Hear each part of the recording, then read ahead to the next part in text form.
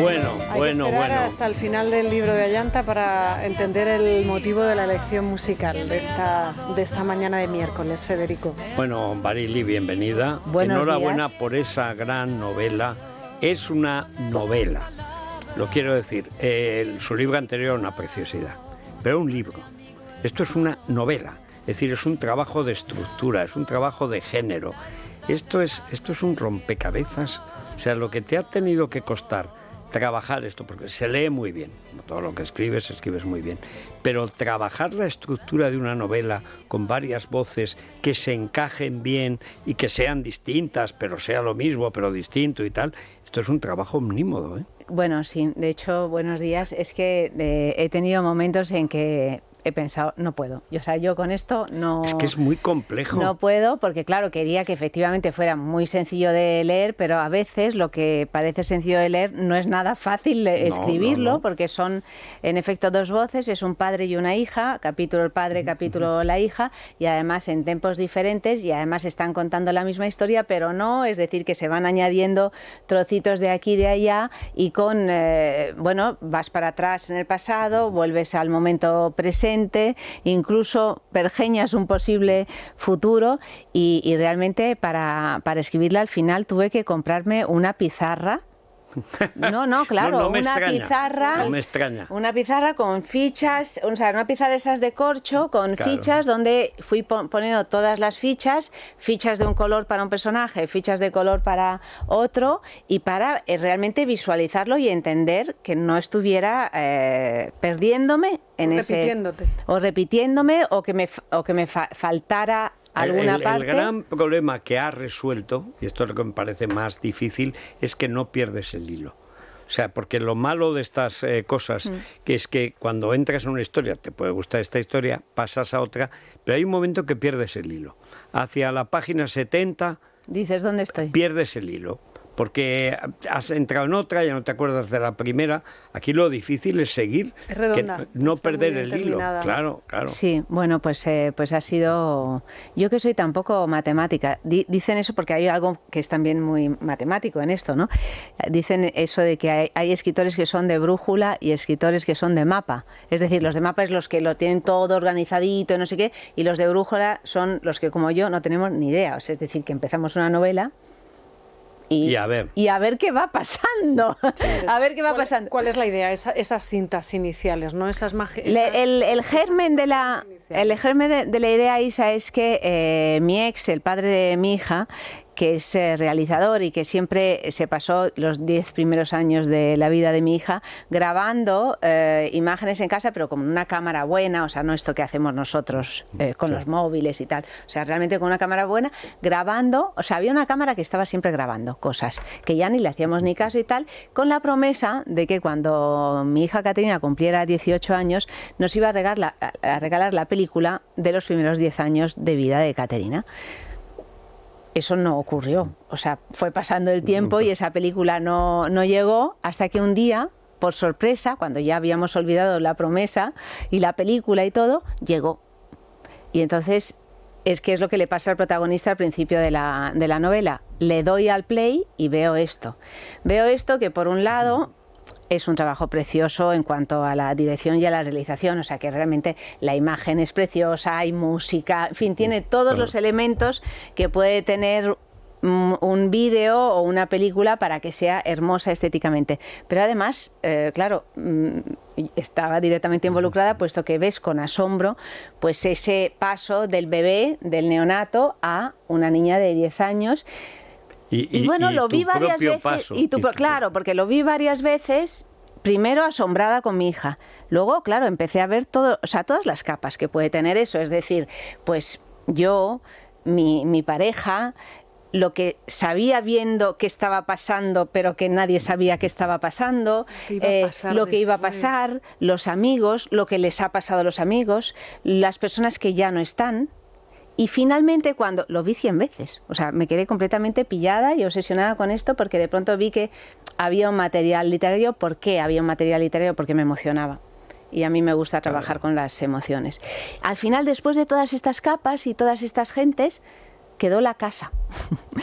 La casa, una casa habitada, habitada en el sentido más profundo del término, que también iba cambiando, porque ese cuadro que estaba allí después estaba allí, cambiabas el sofá, te separabas, te divorciabas, los hijos se iban de... O sea, como...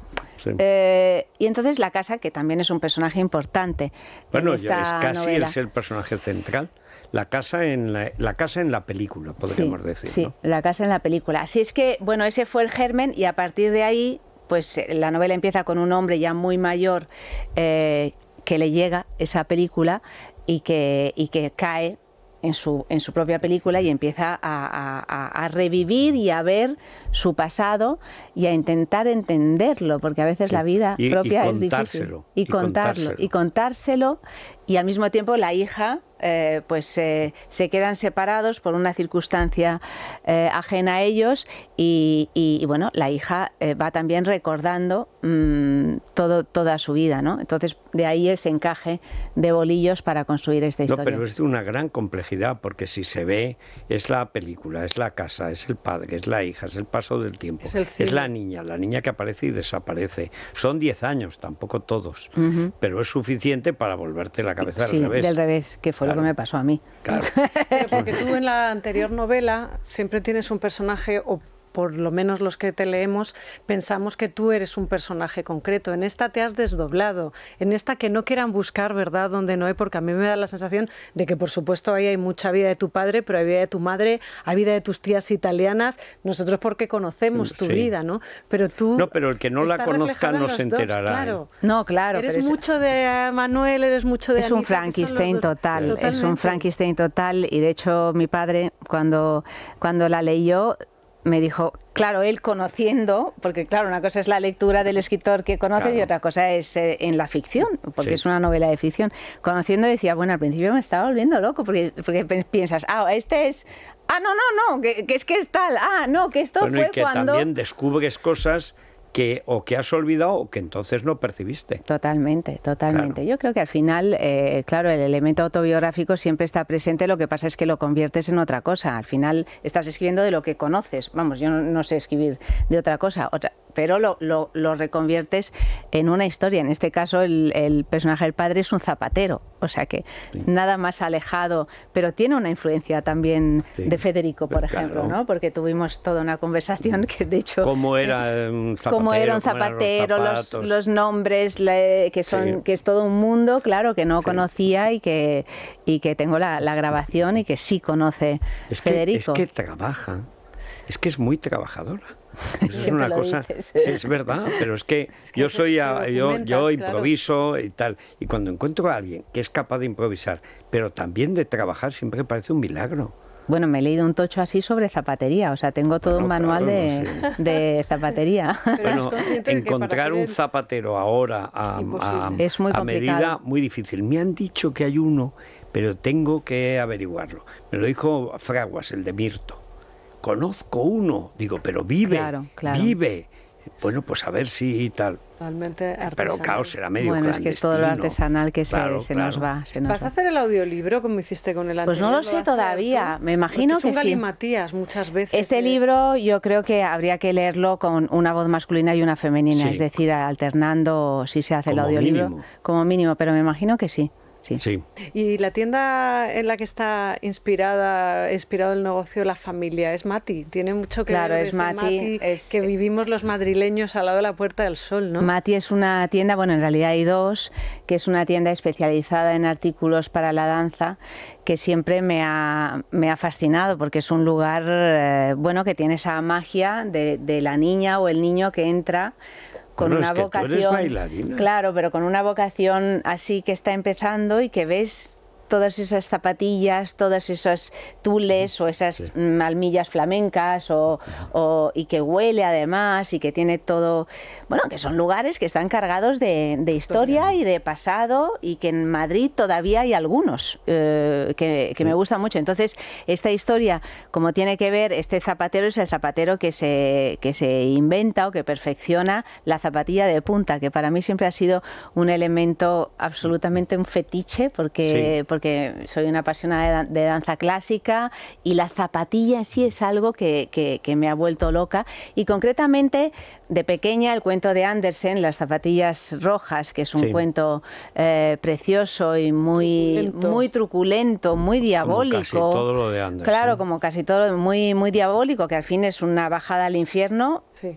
Y una subida al cielo también, sí. O sea que, pero que es un cuento que a mí me obsesionó mucho de pequeña. Bueno, pues Mati, esa tienda de Madrid, además hablé con la propia Mati, que fue Mati quien me explicó cómo se hace una zapatilla de punta, porque es una historia. Es dificilísimo. O sea, es dificilísimo, ¿no? Y además, bueno, es una técnica que se ha ido evidentemente no perdiendo, sino mejorando a unos niveles. O sea, si se puede hacer lo que se hace hoy con la danza clásica, es porque tenemos una zapatilla de punta que, en el caso de la danza femenina, que es capaz de crear esa sensación de total ingravidez. Entonces, pues eso forma parte también de la investigación de esta novela y agradezco a Mati desde aquí porque me abrió todos los talleres, todo. Y sin, hay que visitar Mati cuando has entrado y ver las bóvedas. No, de hecho quería traerla un miércoles cuando empiece San Isidro, porque ellos venden todos los trajes de chulapa, de chulapos, tal, y realmente tienen muchas historias. Y la parte de la culpabilidad, que siempre está en tus escritos, esa culpa que tienen todos los personajes de simplemente haber nacido. Bueno, la culpa yo creo que es algo que nos persigue un poco, ¿no? Hombre, sin ser judío es más difícil. Sin ser judíos. Pero es verdad, en tu caso sí. Yo, frente al amor, al querer, siempre me parece que todo es insuficiente.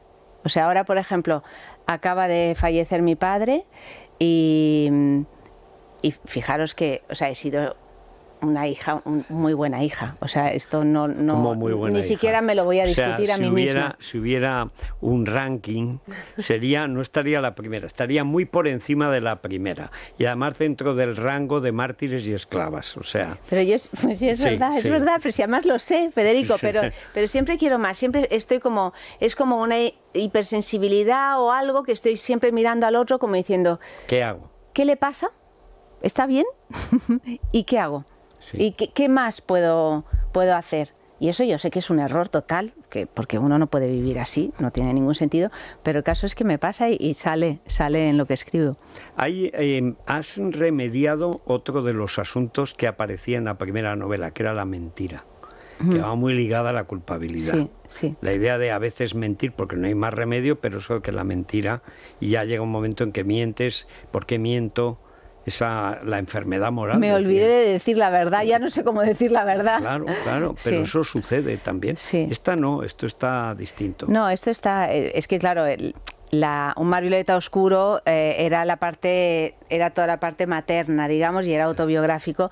Y claro, tengo que decir que las mujeres es que contaban unas mentiras de alucinar. O sea, había unos secretos en la familia que dices, pero y además, ¿para qué tantos secretos? Y tampoco es para tanto. O sea, que aquí no hemos asesinado a nadie, pero había esa cosa de mentir y de... Mentirse. Y también la cuestión de la locura, personas que se habían vuelto locas en la familia, que eso genera siempre como un prejuicio tremendo, y esto no se puede decir, esto no, como si fuera hereditario o algo así.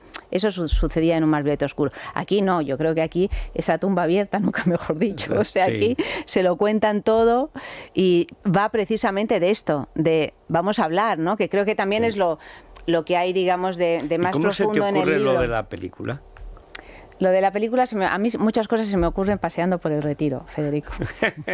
Yo me doy unos paseos por el Retiro cuando no sé muy bien qué hacer, y estaba paseando por el Retiro precisamente y de pronto dije, claro, es que realmente el recuerdo, eso que cuando estamos ensimismados y pensando y tal, lo vemos dentro de nosotros como una película. Sí, o sea, y esa es la esencia del cine, y por eso el cine, creo que al verlo en una pantalla nos sentimos tan identificados, porque los recuerdos van por imágenes.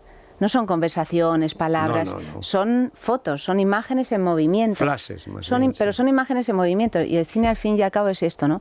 Entonces, como siempre me ha interesado mucho el tiempo, como a muchos escritores, el Claro. tiempo, ¿qué es el tiempo? Esta es una historia que se desarrolla en 24 horas, pero que son 100 años de historia. Pero se desarrolla en 24 horas, de un amanecer a otro Sí. amanecer. Entonces, el cine también para el tiempo, lo puedes volver a ver. Es el único Sí. consuelo. Puedes ¿Y, volver a verlo. ¿Cómo estás con la novela? ¿Estás consolada después de terminar la novela? Ahora mismo, Federico, estoy completamente del revés por todo lo que ha ocurrido. Del revés porque es la historia de un padre y de una hija, porque tengo la sensación de que, claro, estás removiendo un caldero Sí. cuando estás creando algo. Estás hablando de tus miedos también. Sí. Y en este miedo, Sí, pero esta novela... el último miedo ya ha sucedido. Claro, pero la novela la terminé hace unos meses, como tú sabes, ¿no? Hasta que Sí. va a imprenta. Entonces, evidentemente estás como hablo por mí, o sea, intentando exorcizar a través de la escritura unos miedos. En este caso era el miedo tremendo de la muerte al padre. Sí. O sea, en realidad es una larga despedida, son 400 páginas. Hay en las algo, que- hay algo, cuando tú lo escribías tenías esa sensación también de que era una despedida. Sí, era muy consciente de esto. Y era Pero no tan pronto, ¿no? Como no que tan no prematura. No, era muy consciente de que era una despedida y que quería abordar este tema, pero evidentemente no sabía que iba a pasar lo que Porque hablas de ese titán lo que ha pasado. es inmortal, ¿no? Sí. Que es algo que me dices a mí cuando hemos hablado Sí. tú y yo Sí. después de fallecer tu padre, Sí. ¿no? Pensaba que era inmortal. Sí. Pensaba que esto Bueno, no iba a es que pasar y me lo he encontrado Los ahí. padres son como animales mitológicos. Es cierto. Son, Sí, y sobre entonces, todo el tuyo. Si el mío es un dragón. Sí. Entonces, Bueno, hay que decir que, por ejemplo, Antonio Herrero, nuestro querido Antonio, siempre le decía, recuerdo perfectamente un día que le dice a Luis Herrero, pero Pachis, yo soy inmortal. O sea, ¿tú qué te crees? Porque estaba Luis Herrero, no me acuerdo qué, haciendo qué. Pues yo soy inmortal. Dice, ¿cómo vas a ser inmortal? Soy inmortal. Y fue el primero. O sea que fíjate. Bueno, a lo mejor esa es la inmortalidad. Probablemente, Claro, probablemente. claro. Y además dejar un cadáver joven y con buen aspecto, ¿no? Y un legado, en este caso. Es Bueno, el legado novelesco es estupendo. Es además un trabajo en tu vida de escritora. Esto sí que es un salto adelante. Gracias. Esto sí, Federico. no, pero además de verdad, porque esto es el trabajo de un oficio, y un oficio cuando se aprende ya no se olvida. Ahora, qué trabajo hay ahí, ¿eh? O sea que enhorabuena. Muchas gracias, ahí está. Pues es primera A entrevista la que venta. sale. ¿eh? Hoy a la Día venta. O sea que- 26 de abril, si no amaneciera, de Ayanta Baril, Editorial Planeta. Pero Gracias. amanece, Hombre, claro. todos los Por días fortuna, por amanece. fortuna, sí. La próxima ya, ¿no? Cuando ya estás en ello.